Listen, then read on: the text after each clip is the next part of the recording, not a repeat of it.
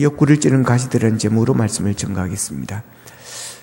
우리나라 10대 사망 원인을 보면 암이 1위입니다. 암이 아주 많이 차지해. 다른 거에 비해서 아주 많습니다. 그죠? 그 다음 심장질환, 그 다음 폐렴, 뇌혈관 질환, 그 다음에 다섯 번째가 자살, 그 다음에는 당뇨병, 간질환, 만성하기도 질환, 알츠하이머병, 고혈압성 질환. 이게 10대 사망 원인입니다. 암도 사망 원인 순위를 보면 폐암이 제일 많습니다. 폐암, 그 다음에 위암, 그 다음에 간암, 그 다음에 대장암, 췌장암. 이 5대 암의 사망이 전체 암 사망의 약 70%를 차지한다고 그럽니다. 그러니까 남자들의 주요 이 암 사망 원인은 폐암이 1위고, 아마 남자들 담배를 많이 피워서 그런 것 같아요. 그러니까 그 다음에 위암, 간암, 대장암. 이 4대 암의 사망 개수가 약 70%. 그 다음 여자들의 주요 암 사망은 위암이 1위입니다. 확실히 여자들이 담배를 적게 피우는가 봐요, 이게. 그 다음에 폐암이 2위고, 그 다음에 간암, 대장암, 췌장암 순으로 이 5대 암이 거의 60%를 차지한다고 합니다. 어떻든 암을 조심해야 될 것 같습니다. 어떤 건강관리 잘 하시기를 축복합니다. 우리의 몸은 하나님의 성전이라고 사도 바울은 그렇게 이야기를 합니다. 그래서 우리 몸을 함부로 다룬다든지 학대한다든지 자해한다든지 자살한다든지 이런 것은 성경적이 아닌 것입니다. 그래서 우리 몸을 잘 관리해야 됩니다. 그래서 우리가 신앙생활하고 기도생활하고 또 우리가 선교활동하고 하는데 지장을 받지 않도록 우리가 조심을 해야 될 것 같습니다. 요즘은 예방의학이 이제 대세이죠. 그러니까 병이 걸려서 치료 잘 받는 것보다 미리 예방을 하자는 겁니다. 그래서 건강에 좋지 않은 것들은 좋지 않은 음식들은 멀리하고 인스턴트 식품 같은 거 이런 것 절제하고 좋은 물을 많이 마시고 또 운동도 꼭 하시고 과로하지 말고 스트레스 관리 잘하고 하면서 예방을 하는 것이 좋습니다. 특별히 이제 면역력을 강화시키는 게 아주 중요한 것 같습니다. 그래서 앞에서 이야기했던 예방하는 이런 것들이 꼭 운동하고 식품 조심하고 과로, 스트레스 관리 이제 이런 것들이 곧 면역력을 강화시키는 것입니다. 이게 지금 신종 코로나 바이러스 지금 난리지만 그러나 면역력이 강한 사람들에게는 이게 같이 있어도 안 걸린다고 하죠. 그러니까 면역력이 약한 자에게 세균이 병균이 이제 치고 들어온다고 하는 것입니다. 그래서 면역력을 강화시키면서 건강을 예방하는 이게 중요합니다. 암은 무섭긴 하지만 그러나 조기에 발견하면 빨리 발견하면 예방할 수도 있고 또 생존율도 높습니다. 그래서 우리가 건강검진 같은 것도 정기적으로 잘 하실 필요도 있는 것 같습니다. 어떻든 병은 키우면 안 됩니다. 암덩이는 빨리 발견해서 빨리 잘라내는 것이 건강을 유지하는 비결입니다. 병을 키우는 사람들이 있습니다. 어떤 사람이 병을 키우는가요? 의사의 말을 안 듣는 사람입니다. 그러니까 의사가 검진을 하고 당신은 술을 마시면 안 된다. 담배 피우면 안 된다. 라는 처방이 내려지게 되어지죠. 그런데도 우리나라 말에 그런 거 있죠. 먹다가 죽은 귀신은 혈색도 좋다. 하여튼 이런 합리화를 시키면서 또 의사 몰래 나가서 담배를 피우고 이런 사람들이 있습니다. 어쨌든 의사 말을 안 들으면 안 됩니다. 의사가 먹지 말라고 하면 먹지 말아야 하는 겁니다. 의사 말 안 들으면 안 되는 거예요. 자, 오늘 본문 3절에 보면 이런 말씀이 있습니다. 그러므로 내가 또 말하기를 내가 그들을 너희 앞에서 쫓아내지 아니하리니 그들이 너희 옆구리에 가시가 될 것이며 그들의 신들이 너희에게 올무가 되리라 하였노라. 그럽니다. 자, 하나님의 백성으로 부르심을 받은 이스라엘 백성들에게 기쁨과 행복을 빼앗아가는 옆구리에 가시가 있을 것을 경고하신 말씀입니다. 가시는 사람을 찌릅니다. 가시는 사람에게 고통을 주는 거죠. 저는 어릴 때 시골에서 자랐기 때문에 가시를 많이 접촉했고 가시에 많이 찔렸고 찔린 가시를 많이 빼내기도 하고 그랬습니다. 저희 어린 때는 도구도 여러 가지도 되게 안 좋았죠. 그래서 소풀을 베면, 소꼬를 베면 장갑을 끼고 그러지 않습니다. 요즘엔 장갑 안 끼면 아예 일을 안 하죠. 손도 안 댑니다. 그러나 그때는 무조건 갖다 대고 이제 치는 겁니다.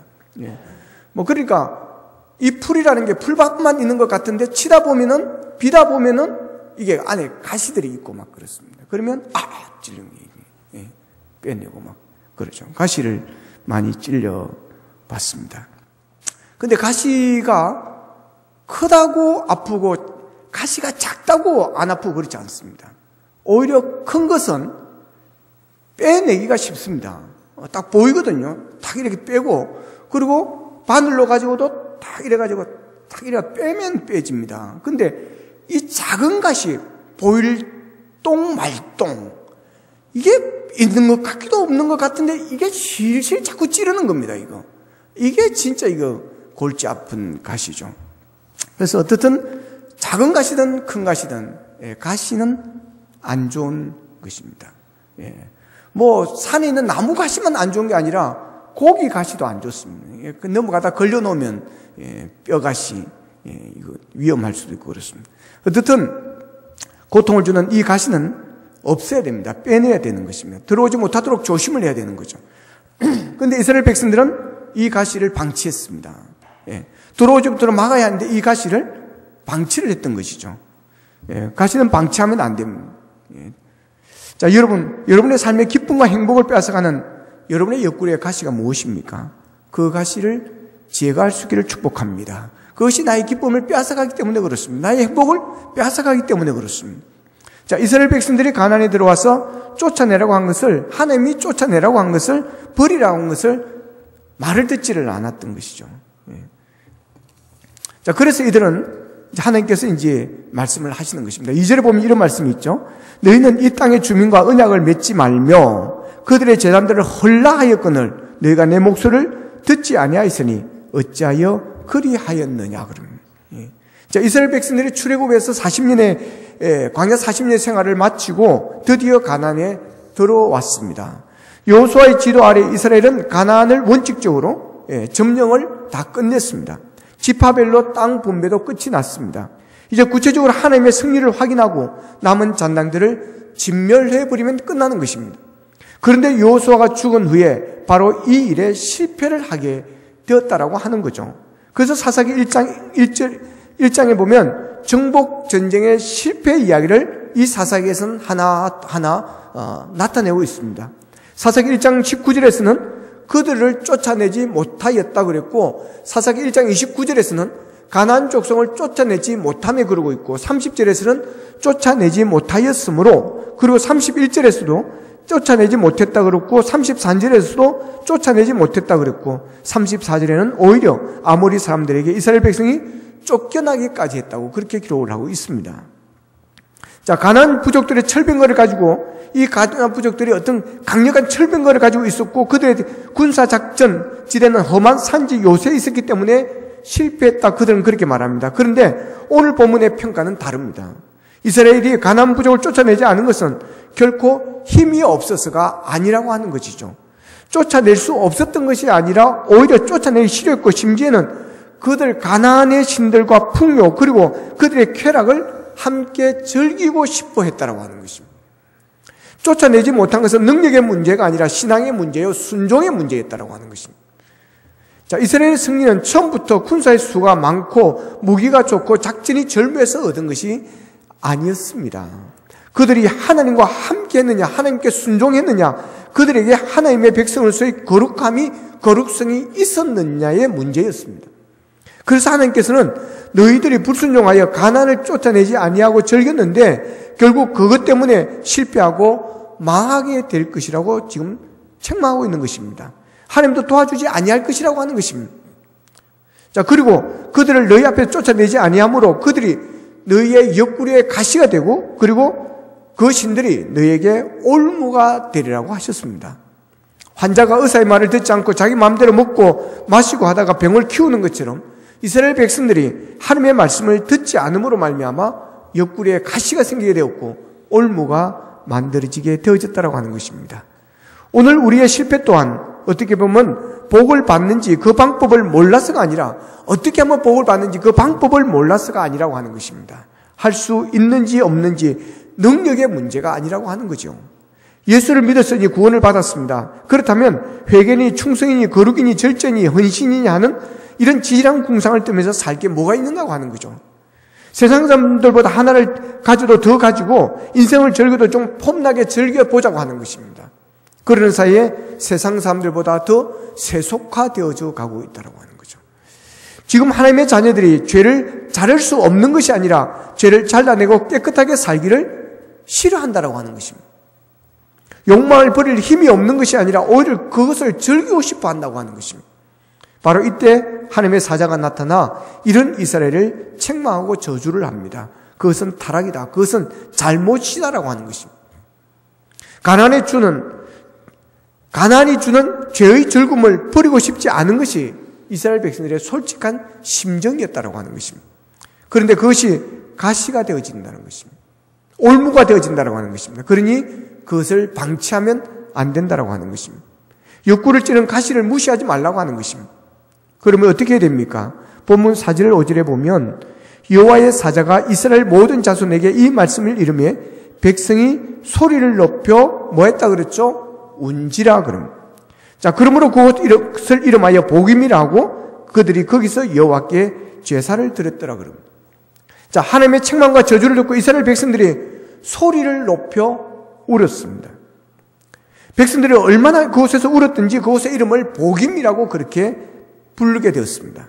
이 복임이라는 말의 난해주를 보면 우는 자 그렇게 되어 있습니다. 그렇습니다. 죄를 회개하며 우는 것이 우리의 죄로 인하여 옆구리를 찌르는 그 가시를 제거하는 방법인 것입니다. 하나님께서 우리가 애통하며 울며 회개할 때 우리의 옆구리의 가시를 꺼내주시는 것입니다. 제가 아는 한 목사님의 교회의 한 장로님이 그 아들이 미국으로 유학을 보냈습니다.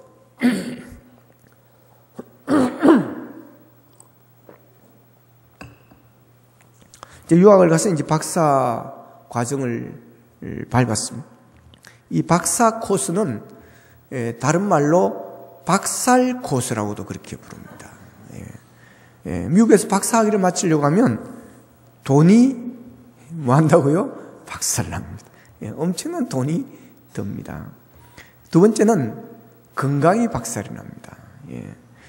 그거 따라잡고 논문 쓰려고 하면 그 건강이 정말 견뎌내기 어렵습니다. 세 번째는 자존심이 박살이 납니다. 논문이 지도교수 마음에 들지 않을 때 자존심 상하는 말을 듣게 된다고 하는 겁니다. 자, 이 장로님의 아들이 그렇게 힘들게 이제 박사 코스를 잘 마쳤습니다. 그렇게 공부를 마친 아들이 귀국을 며칠 앞두고 수프에 들렀습니다. 이제 물건을 사가지고 나오는데 흑인이 총을 딱 들이내면서 그럽니다. 자동차 키를 내놔라 그럽니다. 그래서 키를 줄인 척 하면서 잽싸게 몸을 날려가지고 숲 안으로 다시 팍 피했습니다. 그 순간 흑인의 권총의 방아쇠는 당겨져 버렸습니다. 총에 맞은 이 아들은 결국 거기서 쓰러졌고 병원으로 옮겨졌지만 끝내 죽고 말았습니다. 총에 맞아 죽은 아들의 어머니는 그의 시신을 붙들고 통곡을 합니다. 이놈아, 그냥 주지. 그냥 주지. 그 목사님이 시간이 지나서 총에 맞아 죽은 이 아들의 어머니를 만나게 되어집니다. 그 어머니가 목사님에게 이렇게 말하더랍니다. 그 아들 얼굴 꼭 한 번만 보고 싶다고. 꼭 한 번만이라도 보고 싶다고. 그러니까 옆에 있던 내가 물었습니다. 어머니, 아들의 어떤 아들의 모습을 보고 싶습니까? 유치원 다니며 재롱 떨던 모습을 보고 싶습니까? 아니면 초등학교 시절 운동장에서 뛰어놀던 그 시절의 아들의 모습을 보고 싶습니까? 아니면 중고등학교 시절의 싱싱한 그런 아들의 모습을 보고 싶습니까? 아니면 넘넘한 대학생의 모습이나 입대하여 대한민국의 군인의 넘넘한 그 모습을 보고 싶습니까? 그러니까 어머니가 울면서 그러더랍니다. 나는 아들이 내 앞에서 울면서 어머니 잘못했어요. 다시는 안 그럴게요. 하며 울던 모습이 보고 싶다고 그러더라는 겁니다. 눈물을 흘리며 잘못했다고 다시는 안 그럴게요 하며 눈물을 흘리는 그 모습이 다시 보고 싶다고 하더라는 겁니다. 여러분, 눈물은 아름답습니다. 사도행전 13장 22절에 보면 다윗을 왕으로 세우시고 정은하여 이르시되 내가 이새의 아들 다윗을 만나니 내 마음에 맞는 사람이라 내 뜻을 다 이루리라 하시더니 그럽니다. 자, 다윗은 엄청난 칭찬을 받는, 엄청난 복을 받은 사람입니다. 내 마음에 맞는 사람, 하나님의 마음에 맞는 사람, 하나님의 마음에 합한 사람. 여러분, 이 세상에 이런 말을 들을 수 있는 사람이 누가 있을까요? 그러니 다윗은 하나님 앞에서 존귀한 자가 되어진 것입니다. 내 마음에 맞는 사람을 찾기는 어렵습니다. 내 마음에 맞는 직장을 찾기가 어렵고, 내 마음에 맞는 사장을 만나기가 어렵고, 내 마음에 맞는 직원을 만나기가 어렵습니다. 부모님 마음에 맞는 사위를 만나기가 어렵고, 시어머니의 마음에 맞는 며느리를 만나기가 어렵습니다. 하물며 하나님의 마음에 맞는 사람, 하나님의 마음에 드는 사람을 여러분 하나님 만날 수가 있겠습니까? 그런데 다윗을 하나님은 내 마음에 맞는 사람, 내 마음에 합한 사람이라고 그랬습니다. 자, 그렇다면 다윗이 뭐가 그렇게 잘했기에, 뭐가 그렇게 여러분 깨끗하기에 그렇게 내 마음에 든다고 하셨겠습니까? 여러분, 다윗도 흠이 있었습니다. 결정적인 죄를 범하지 않습니까? 자신의 충성된 부하의 아내를 결국 빼앗지 않습니까? 근데 임신을 합니다. 이걸 합리화시키기 위해서 전쟁터에 나가는 그 우리아를 부르게 되어지죠. 근데 우리아가 그럴 수 없다는 것입니다. 다른 사람은 지금 전쟁에서 지금 피 흘리며 싸우고 있는데 내가 어떻게 집에 들어가서 따뜻한 잠을 잘 수 있겠습니까? 도저히 어찌해 볼 방법이 없습니다. 그래서 이 우리아를 전쟁터에 내보내라고 편지를 써보냅니다. 그래서 전쟁터의 체교사령관인 요압 장군이 다윗의 명령서를 읽고 우리아를 최선봉에 내보내고, 그래서 그가 계획한 대로 전쟁터에서 죽게 만들게 되어집니다. 그런데 어느 날 나단 선지자가 찾아와서 다윗의 죄를 책망하였습니다. 완전 범죄라고 생각했는데 나단은 그것을 알고 찾아와서 다윗의 죄를 책망합니다. 그러자 다윗은 거기서 거꾸로 졌습니다. 그때 다윗은 어떻게 했습니까? 그날부로 다윗 왕은 식음을 전폐하였습니다. 다윗 왕은 침실에 들어가 두문불출하며 울기 시작했습니다. 하염없는 눈물이 요를 적시며 침상을 적셔 흘러내렸다고 그랬습니다. 시편 6편 6절에 보면 다윗이 이렇게 말합니다. 내가 탄식함으로 피곤하여 밤마다 눈물로 내 침상을 띄우며 내 요를 적시었나이다. 그럽니다. 다윗은 하나님은 다윗의 이 회개의 눈물을 귀하게 보셨다고 하는 것입니다. 다윗이 하나님의 마음에 맞는 자라고 한 것은 이 다윗의 통곡하며 회개하는 이 눈물을 하나님은 귀하게 보셨던 것입니다. 회개의 눈물은 하나님이 칭찬하시는 좋은 눈물입니다. 엄청난 죄를 지었지만 하나님은 이렇게 회개한 다윗을 보시고 한 번도 그 뒤로 꾸짖은 적이 없습니다. 철저한 그 회개의 눈물을 하나님께서 받으신 것입니다. 여러분, 하나님은 회개의 눈물을 아름답게 보십니다. 그래서 우리 그리스도인들이 많이 흘려야 할 눈물이 있다면 바로 회개의 눈물입니다. 그리스도인이나 비그리스도인이나 예수 믿는 사람이나 안 믿는 사람이나 다 죄를 지으며 삽니다. 그런데 차이가 있다면 예수 믿는 성도는 죄에 대하여 아픔을 가지고 회개를 한다고 하는 것입니다. 그러나 예수 믿지 않는 이들은 죄에 대해서 두려움이 없습니다. 그래서 아픔을 느끼지 못하는 것입니다.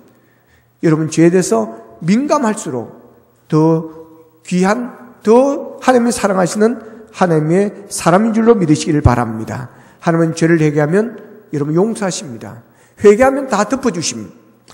이사야서 1장 18절에 보면 오라 우리가 서로 변론하자. 너희의 죄가 주홍 같을지라도 눈과 같이 희어질 것이요 진홍같이 붉을지라도 양털같이 희게 되리라고 그랬습니다. 회개가 능력입니다. 회개는 모든 죄를 무력화시키는 권세가 있습니다. 여러분의 옆구리를 찌른 가시가 있습니까? 그 가시 때문에 고통을 당하고 있습니까? 회개의 눈물이 필요한 때입니다. 근데도 안타깝게도 오늘 본문의 이스라엘 백성들의 이 복음의 눈물은 참 회개의 눈물이 아니었다라고 하는 것입니다. 하나님은 하나님의 책망을 듣고 울었다고 하니까 금방 우리는 회개했다라고 생각을 합니다. 그러나 이 복음의 눈물은 회개의 눈물도 감사의 눈물도 용서받은 감격의 눈물도 새롭게 살아보자는 다짐의 눈물도 아닙니다. 하나님께서 그 눈물을 받으셨다는 기록도 용서했다는 기록도 없습니다. 울고 난 다음 이스라엘이 달라진 흔적이 없습니다. 어디를 고쳐야 하는지 지금 무엇을 해야 하는지 모르고 아무런 목적도 의미도 없이 습관적으로 울어버린 것입니다. 아니 어쩌면 가나안의 문화와 쾌락을 버리기 싫어 울어버린 것인지도 모릅니다. 이스라엘 백성들은 우리가 초상집에 가서 아이고 곡을 해야 하듯이 하나님의 구중 앞에서 형식적인 눈물을 흘렸던 것입니다. 하나님의 체면을 살려드리기 위한 눈물이었습니다. 하나님 이제부터라도 잘해보겠다는 그런 눈물이 아니었다라고 하는 것입니다. 초상집에서 밤새도록 울더니 옆에 있는 친구에게 묻더라는 것입니다. 이보게 지금 누가 죽었나 그러더라는 거예요. 부모가 해초를 들면 매를 안 맞겠다고 무조건 울어버리는 그런 아이들과 같습니다. 일단 매를 피하고 난 뒤에 전혀 달라진 행동이 없다라고 하는 것입니다. 이게 바로 이스라엘 백성들이었습니다. 반성이 없었습니다. 눈물은 참 고귀한 것입니다. 그러나 의미 없는 눈물은 가정스러운 것입니다. 영적인 싸움이란 찬송 부르다 눈물 한번 흘렸다고 여러분 해결되는 문제가 아닌 것입니다. 봉사 한번 했다고 내 영성이 하루아침에 달라지는 게 아닙니다. 잘못했구나 회개하고 죄가 사라지는 것이 아닙니다. 가나안의 풍요의 신 바알을 철저히 거부해야 되는 것입니다. 가나안 부족을 종으로 부려먹으며 편안히 살겠다고 하는 그런 의지를 버려야 되는 것입니다. 형식적인 회개가 바로 복임입니다. 감동을 받는데 내 삶과 신앙의 성품이 삶의 어떤 변화가 전혀 일어나지 않는 그것이 바로 복임입니다. 이 예배가 복음이 될 수도 있습니다. 그만큼 눈물엔 책임이 따르는 것이에요. 복음의 눈물은 이런 책임이나 결단이 없는 그런 눈물이었다고 하는 것입니다. 지금 이스라엘 백성들은 자신들이 할 만큼 했는데 하나님은 왜 우리를 책망하시는지 모르겠다라고 하는 것입니다. 울어도 안 되고 제사를 드려도 안 된다면 어떻게 해야 되는 것입니까? 그 해답이 오늘 본문 1절에 보면 이런 말씀이 있습니다. 여호와의 사자가 길갈에서부터 복임으로 올라와 그럼. 자, 하나님의 사자가 길갈에서부터 왔다는 것은 길갈로 돌아가자고 하는 것입니다. 길갈로 돌아가자는 것은 가나안 땅을 떠나 길갈로 가자는 그런 얘기가 아닙니다. 길갈의 정신, 길갈의 언약으로 돌아가자고 하는 것입니다.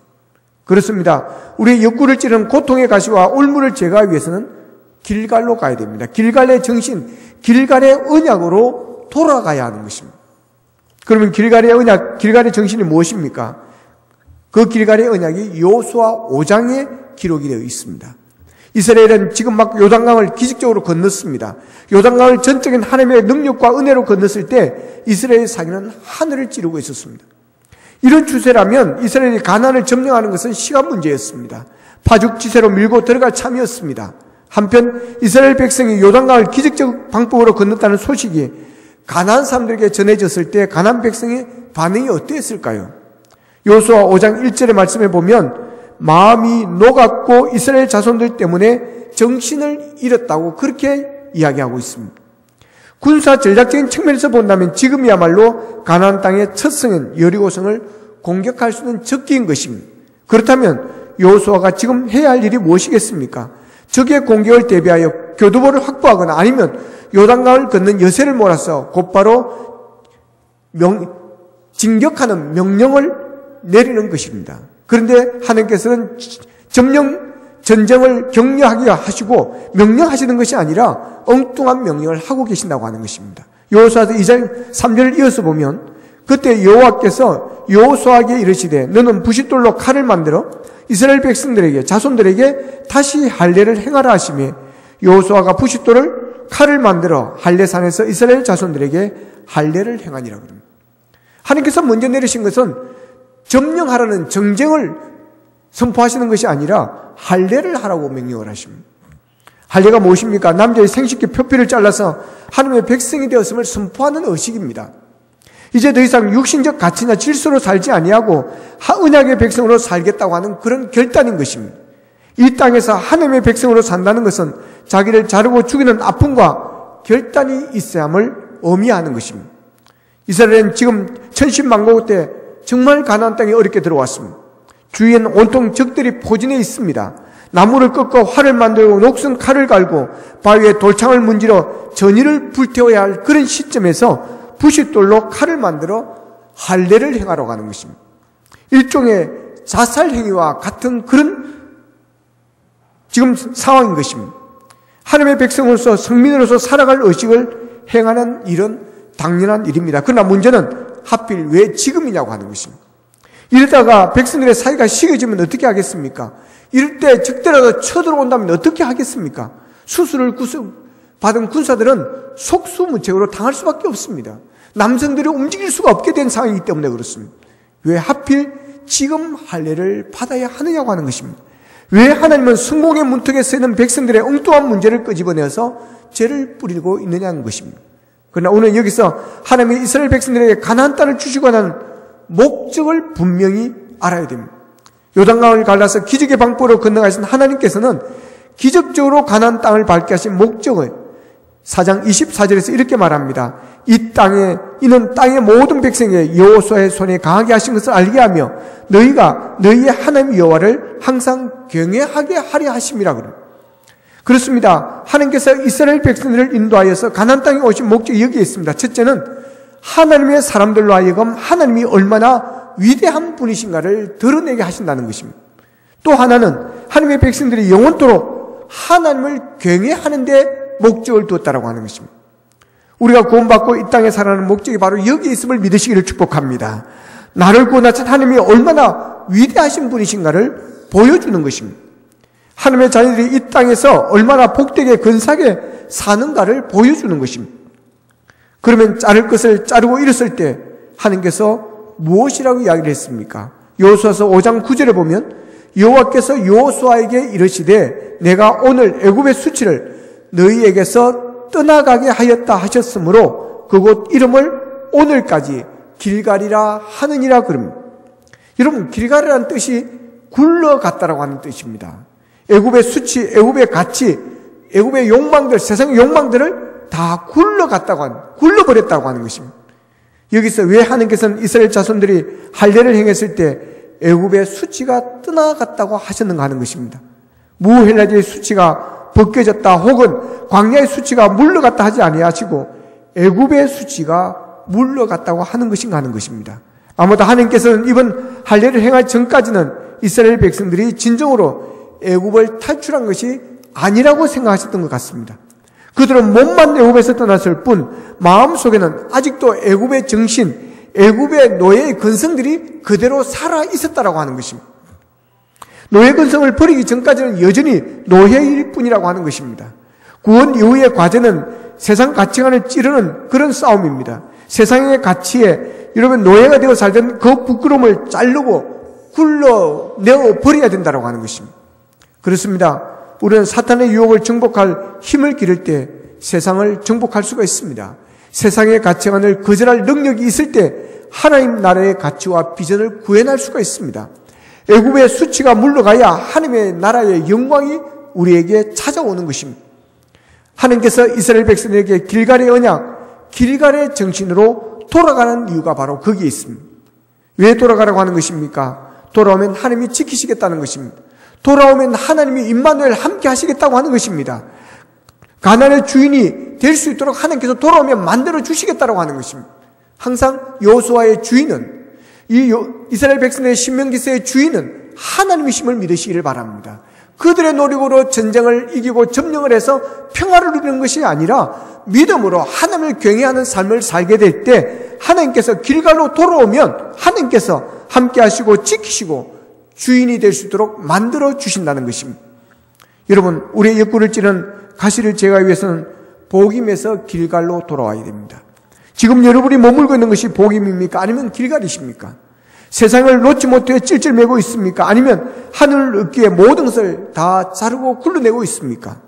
울고 있는 여러분의 눈물이 정말 가치는 눈물이냐고 하는 것입니다. 맨날 가슴 아파하며 통곡하는 그 진통이 의미 있는 고통이냐고 하는 것입니다. 하나님은 우리의 회개의 눈물을 귀하게 보십니다. 우리에게 다윗처럼 침상을 적시는 회개의 눈물을 기대하시는 것입니다. 돈 잃어 울고 몸 아파 울고 가슴이 쓰려 울어보았지만 정말 하나님을 더 섬기지 못해 여러분 울어보셨습니까? 하나님을 섬기고 사랑하는 내 마음이 초라해서 가슴을 치며 통곡해 보셨습니까? 더 하는 게 가까이 나가야 되며 더 하나님 앞에 기도해야 되는데 그러지 못하여 여러분 흘리는 눈물이 있으십니까? 여러분 그것이 아니라면 여러분의 눈물은 복음의 눈물입니다. 복음의 눈물은 형식적인 눈물입니다. 감정적인 눈물입니다. 그 눈물은 부끄러운 눈물입니다. 지금 복음을 떠나 길갈로 가야 합니다. 복음의 눈물은 능력이 없습니다. 길갈로 가야 합니다. 여러분 그래야 죄와 허물을 굴러보내시고 예배를 방해하고 우리의 신앙생활을 방해하는 세력들, 유혹들을 굴러보내시고 탐심과 욕심을 굴러보내시고 그래야 진정으로 우리의 옆구리를 찌르는 가시들이 들어오지 못하도록 들어온 가시들이 굴러갈 수 있도록 할 수 있기를 바랍니다. 그래야 가나안의 주인이 되어 하나님을 영원하게 하는 우리 모두가 될 수 있기를 주님의 이름으로 축원합니다. 기도드리겠습니다. 말씀을 붙들고 함께 기도하기를 원합니다. 하나님,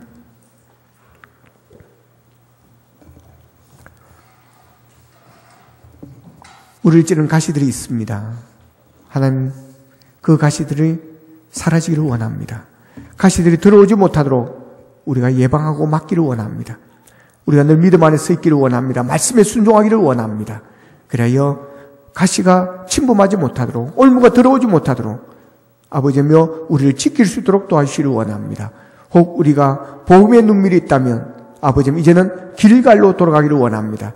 길갈의 정신, 아버지며 길갈의 언약의 말씀으로 우리가 돌아가기를 원합니다. 아버지며 그리하여 굴러보내는 역사가 있기를 원합니다. 죄와 허물을 돌려보내게 하여 주시옵시고 탐심과 욕심을 굴러보내게 하여 주시고 믿음 생활을 방해하고 기도 생활을 방해하는 나쁜 습관들을 다 굴러보내기를 원합니다. 그래야 우리 안에 오직 성령께서 우리 안에 오직 예수님께서 임재하셔서 우리를 다스려 주시고 주의 뜻을 이루며 살아가는 그래야 하나님의 마음에 맞는 자 하나님의 마음에 합한 자로 살아갈 수 있도록 주님 도와주시옵소서. 우리의 눈물이 주님을 감동시키는 눈물이 되게 하여 주시옵소서. 다 같이 기도드리겠습니다. 자, 그렇습니다. 아버지 하나님 은혜를 감사합니다. 오늘도 우리를 부르시고 아버지며 말씀 듣게 하심을 감사합니다. 목마른 심령에 은혜의 담비를 부어주시니 감사합니다.